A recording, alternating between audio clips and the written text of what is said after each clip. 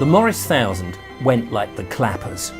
The clappers for a vintage Moggy estate was somewhere in the region of 49 miles per hour, 55 on a downward slope. The ancient motor car never strayed from the inside lane unless overtaking cyclists. Simon Pickle clung to the worn leather seat as the deafening roar of the exhaust filled his ears and a plume of smoke belched from the rear at every gear change. No one worried about catalytic converters and fuel pollution back in the day when the Morris Traveller ruled the roads. At a large, nondescript roundabout, the driver took the first exit and steered the Morris down a short country lane.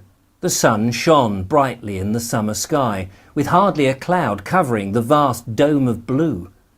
Mr. Jackson pulled up against the grass verge within sight of a 12th century Norman church and turned off the ignition. For a moment, the two of them sat in silence, while the sound of the engine still rang in Simon's ears.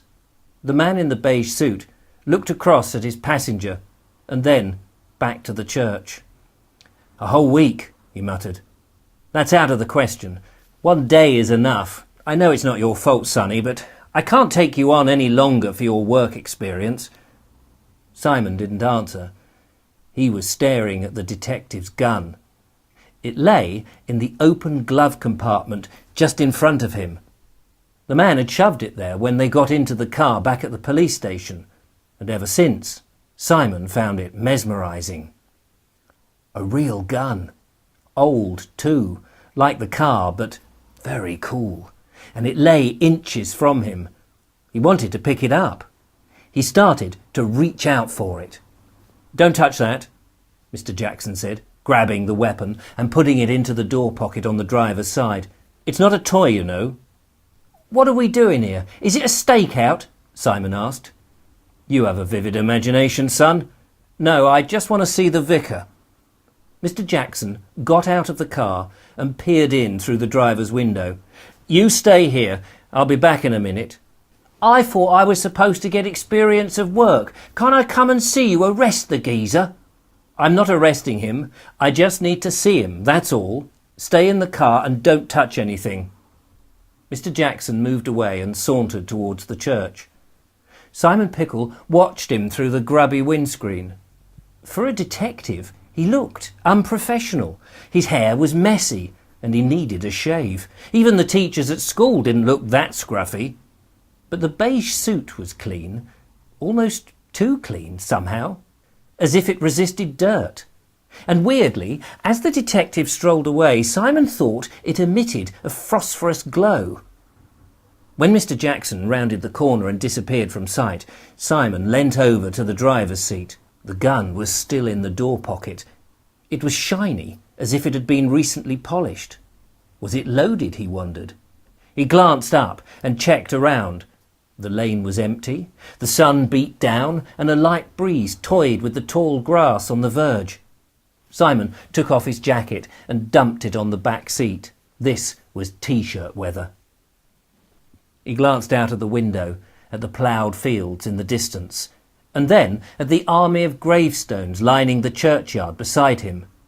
They were pretty ancient. He couldn't see an old one among them. Most were covered in dried moss and yellow lichen, and the inscriptions were illegible. The weather had worn the wording away. Not that he was bothered. Graves were boring. Dead boring.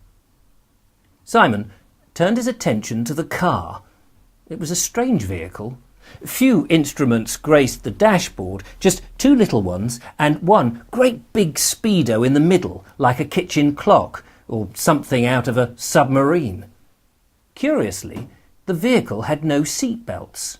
Were the police allowed to have cars without seat belts? What if they should crash? They'd go straight through the windscreen. The car was so old, it didn't have any airbags either. Was that even legal? The detective was taking ages, so Simon stole another peek in the driver's door pocket. He couldn't resist it. He picked up the gun. It was heavier than he expected.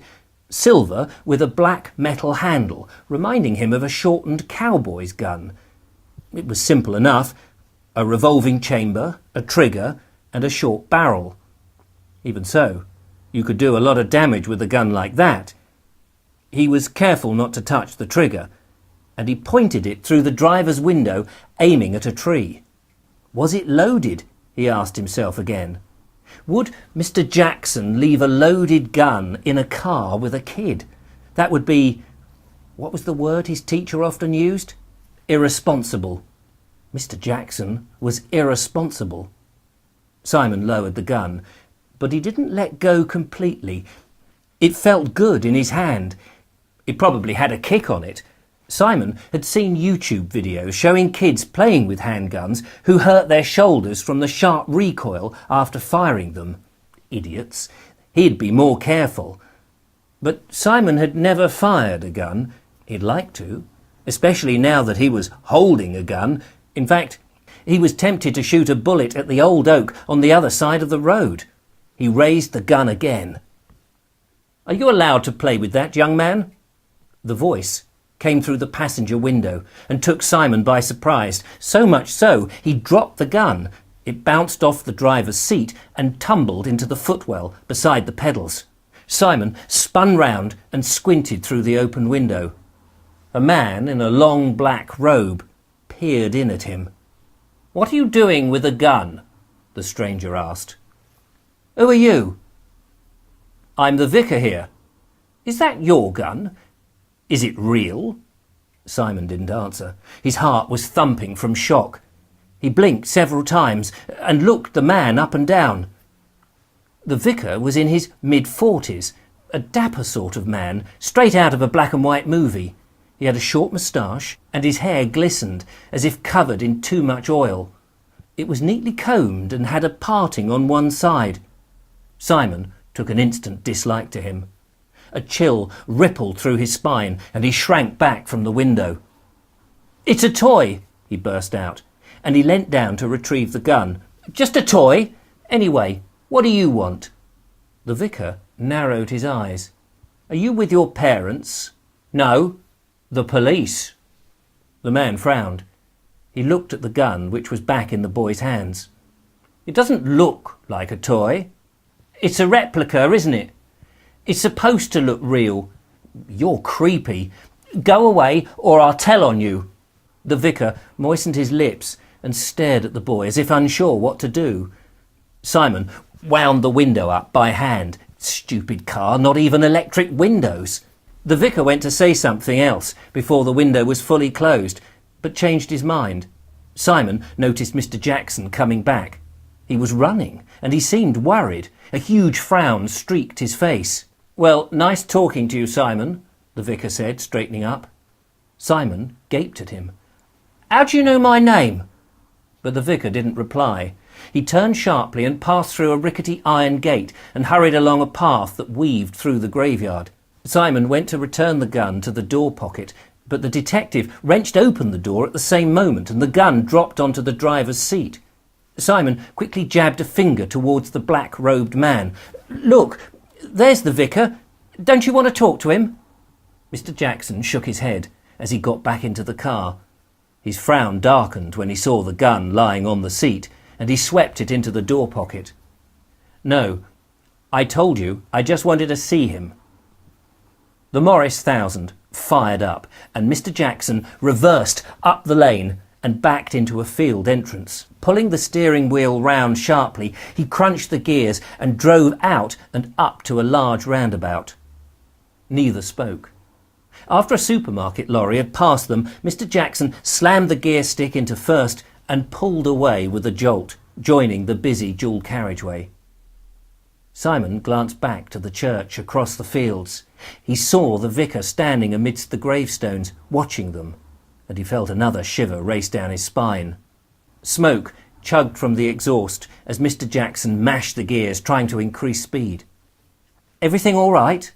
Simon asked at last, regarding the agitated man in the beige suit. But Mr. Jackson didn't reply.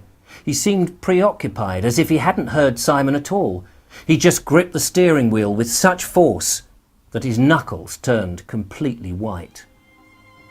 Join me again next time and I'll read Chapter 3 of The Ghost Detective.